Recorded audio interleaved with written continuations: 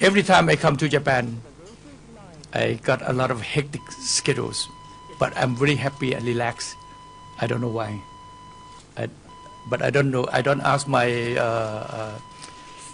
master that whether last life I born here or not. But I really happy to be here. And I just want to start that we're talking about Thailand and Japan. I will speak less to allow you to ask more. And in the past decades, during my time as Prime Minister, my counterpart is Mr. Koizumi. And after Koizumi and after Thaksin, both countries have 5 more Prime Minister. You're going to have the 5th one in next week. So I don't know that who learned from who. But the difference is this: the changing of leaders in Japan is totally through democratic process. But in Thailand, it's not that always. We have 5 elections. Of those 5, outside always win. We won all 5. And the past 6 Prime Minister, 4 of them come from outside. 2 of them, I would say, that come from military side, because one come from directly from coup d'etat, and another one come from the military force coalition in the military barrack. So it's only from outside that come from democratic process. And now, after the election on August the 3rd, the people of Thailand have spoken already that they want to see Thailand to bring back the unity. Reconciliation is the key for Thailand stability and prosperity. That's the reason why the current government is urging all parties to come together to find a solution for reconciliation for the sake of the people and the country of Thailand. This is the very prioritized task of the government. But instead of the government is doing reconciliation themselves, they want to do through the Truth and Reconciliation Committee that appointed by the previous government. Because most of the people that appointed in the committees are very respected person, and they have done a lot of work already. So the current government just tasked them to continue their work and supporting them with authorities if they want to have more authority, with financial support. And now they are working through consultation with many international people, especially those countries who has experience of reconciliation. And they start to invite very dignitary person from international to join them on the reconciliation.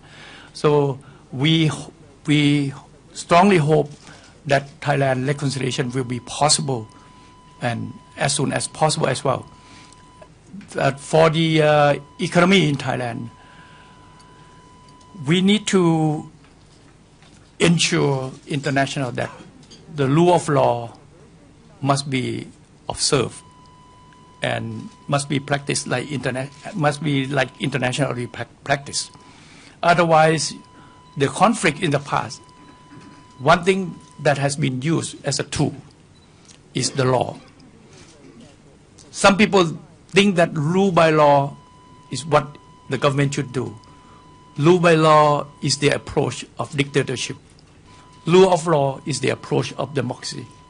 So we have to enforce the law while observe the rule of law. If you invoke the law without rule of law, without observing rule of law, that's you're going to create more conflict in the country. So this is what the task of the current government, in order to bring more confidence to Thai economies. Not just only economy itself, but the rules of the games must be free and fair. That is what the Thai government has to do.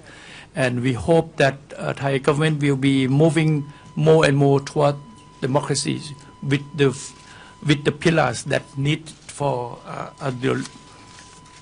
Thailand to be prosper. We need to have the democracy.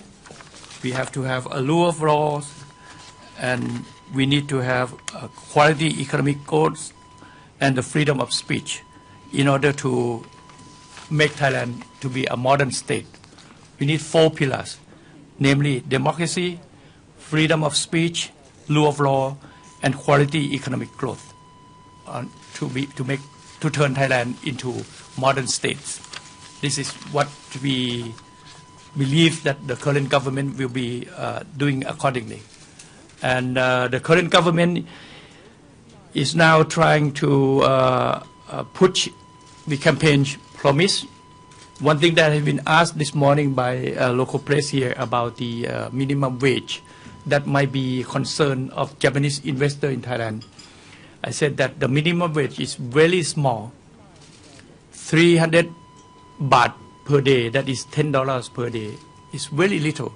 They work 24 days a month, that is about $240 per month.